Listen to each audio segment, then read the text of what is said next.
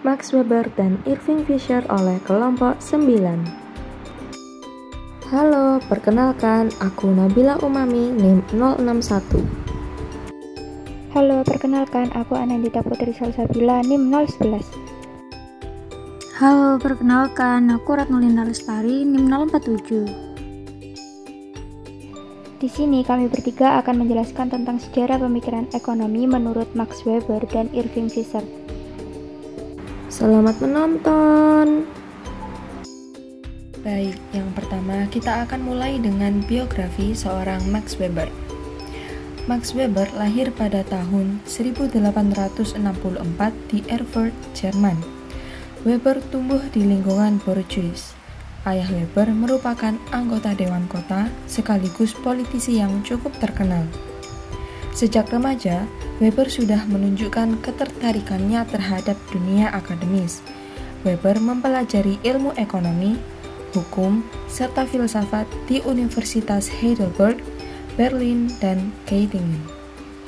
Selanjutnya, pada tahun 1864 sampai tahun 1920, kontribusi Max Weber cenderung ke bidang sosiologi yang membahas tentang tindakan sosial, yang dibagi menjadi 4 tipe, yaitu ada tipe rasional instrumental, tipe rasional nilai, tipe afeksi, dan tipe tradisional.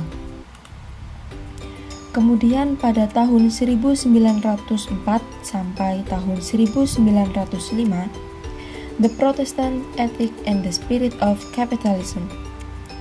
Max Weber melihat hubungan antara doktrin keagamaan dengan semangat kapitalisme. Kemudian, Max Weber melakukan investigasi dan menemukan salah satu cabang ajaran Kristen Protestan, yaitu Calvinisme, yang dibawa oleh Richard Baxter. Calvinisme mengajarkan bahwa aktivitas ekonomi merupakan bentuk pelayanan kepada Tuhan. Hal inilah yang menyebabkan pemeluk Calvinisme berlomba-lomba mengumpulkan kekayaan untuk membuktikan rasa cinta Tuhan atas dirinya. Dalam buku The Type of Legitimation pada tahun 1914, Weber membahas 3 basis legitimasi seorang pemimpin, yaitu rasional, tradisional, dan karismatik. Yang pertama, basis legitimasi rasional. Basis ini mengacu pada seperangkat aturan hukum yang telah disepakati, seperti Undang-Undang Pemilihan Umum yang mengatur jalannya pemilihan presiden, gubernur, serta anggota dewan. Kemudian yang kedua, ada basis legitimasi tradisional. Basis ini mengacu pada kepercayaan terhadap tradisi, seperti tradisi memilih kepala suku berdasarkan garis keturunan. Yang ketiga, ada basis legitimasi karismatik. Basis ini mengacu pada kesucian kepahlawanan atau karakter-karakter lain yang membuat seorang individu dinobatkan sebagai seorang pemimpin, contohnya seperti nabi dan pemimpin keagamaan. Pemikiran Weber yang berfokus pada ide dan nilai menjadi alternatif, sekaligus kritik bagi pemikiran Marx yang sangat materialistis. Selain itu, tulisan-tulisan Weber juga kerap dijadikan rujukan utama ketika membahas topik-topik dalam ranah sosiologi, hukum, dan juga ekonomi.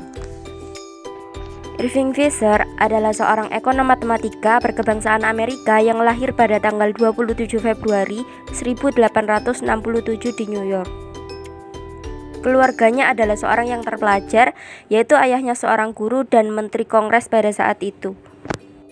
Saat kecil, Irving Fisher sangat berbakat di dunia matematika. Seiring berjalannya waktu, Fisher mulai tertarik dengan dunia ekonomi. Fisher memulai pendidikan dan menjadi lulusan Universitas Yale dan disertai gelar PhD, The Mathematical Investigation in Theory of Value and Price, 1891. 2 tahun kemudian, tepatnya pada tahun 1893, ia menikah dengan Margie Hazard dan memiliki 2 anak. Kemudian ia menjadi dosen ekonomi politik dan profesor di Universitas Yale. Pada umur 30 tahun, ia mengidap penyakit TBC. Meskipun begitu, ia tetap semangat sampai dapat mendirikan perusahaan yang bernama Index Visible Company. Adapun kontribusi Fisher di bidang ekonomi salah satunya dalam buku The Purchasing Power of Money dan memperkenalkan rumus matematika dalam teori kuantitas uang.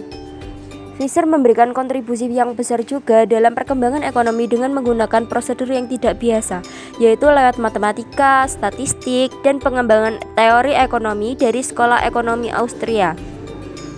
Kemudian, Fisher bukan hanya seorang ekonomi handal, namun juga pemerhati isu-isu sosial, kesehatan, dan perdamaian dunia.